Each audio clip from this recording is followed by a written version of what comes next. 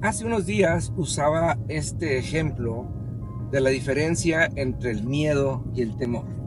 El miedo es a lo desconocido, por mientras el temor es a lo conocido. Se lo voy a poner más claro.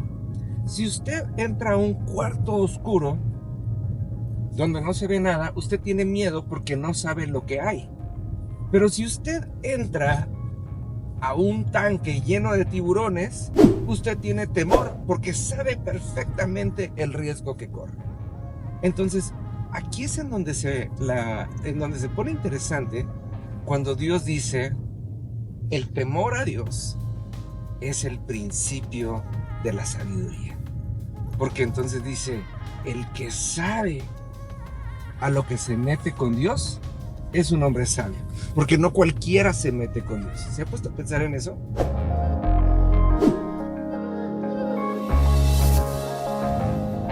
Amados, muy buenos días. Fíjense qué interesante es esto. No cualquiera sabe a lo que se mete. Mire, es como hoy en día que digo, híjole, me da mucha pena escucharlo y aún pensar en ello. Hace unos días hablaba con una muy querida amiga que trabaja en la fiscalía y estábamos platicando acerca de todos estos muchachitos que de repente desaparecen y aparecen muertos por algún lugar. Es un hecho ciertamente lamentable.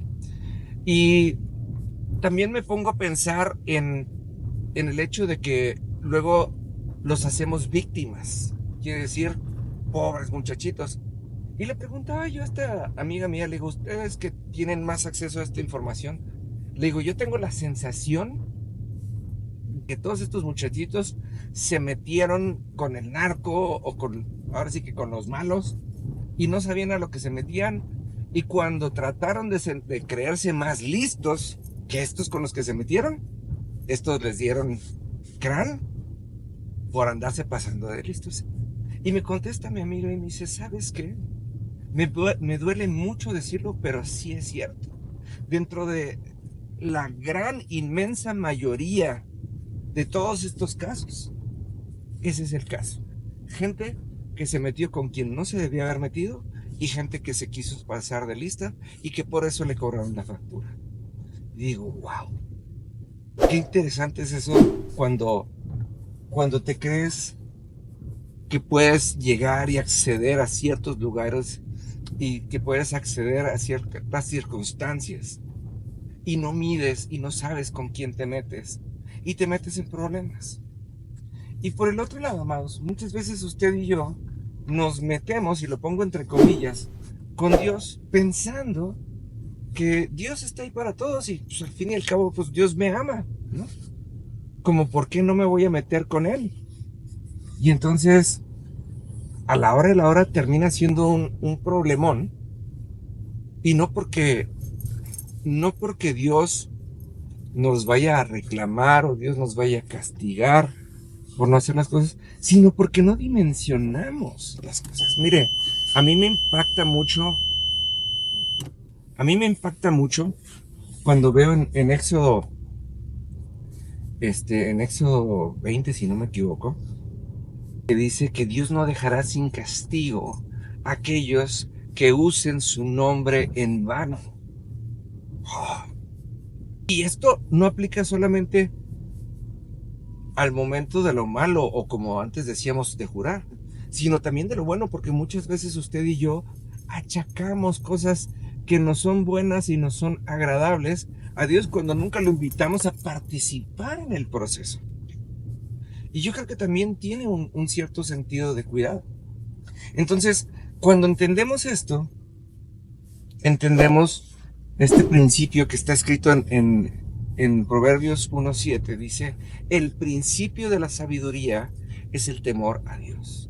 Es decir, somos sabios en el momento que conocemos a Dios y en el momento que sabemos cómo es que actúa Dios y las cosas que Dios sí hace y las cosas que Dios no hace. Entonces, amados, ahí es en donde este proverbio 3:7, que es del que estamos hablando esta semana, entra en función. No seas sabio en tu propio entendimiento. O como dice esta otra versión, y la tengo que repetir porque me tiene fascinado, no te dejes impresionar por tu propia sabiduría. Es decir, no seas más, no te creas más listo que Dios. Y esto es importantísimo, amados. Porque muchas veces usted y yo queremos, y la verdad es que está mal dicho muchas veces, la gran mayor parte del tiempo usted y yo queremos hacerle manita de puerco a Dios.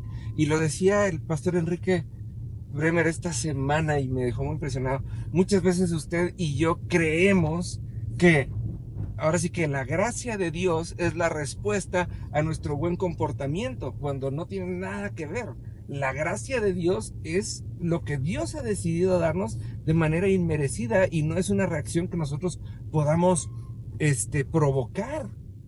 Sin embargo, pensamos que si nos portamos bien, y lo voy a poner entre comillas, ¿sí? Dios nos va a favorecer.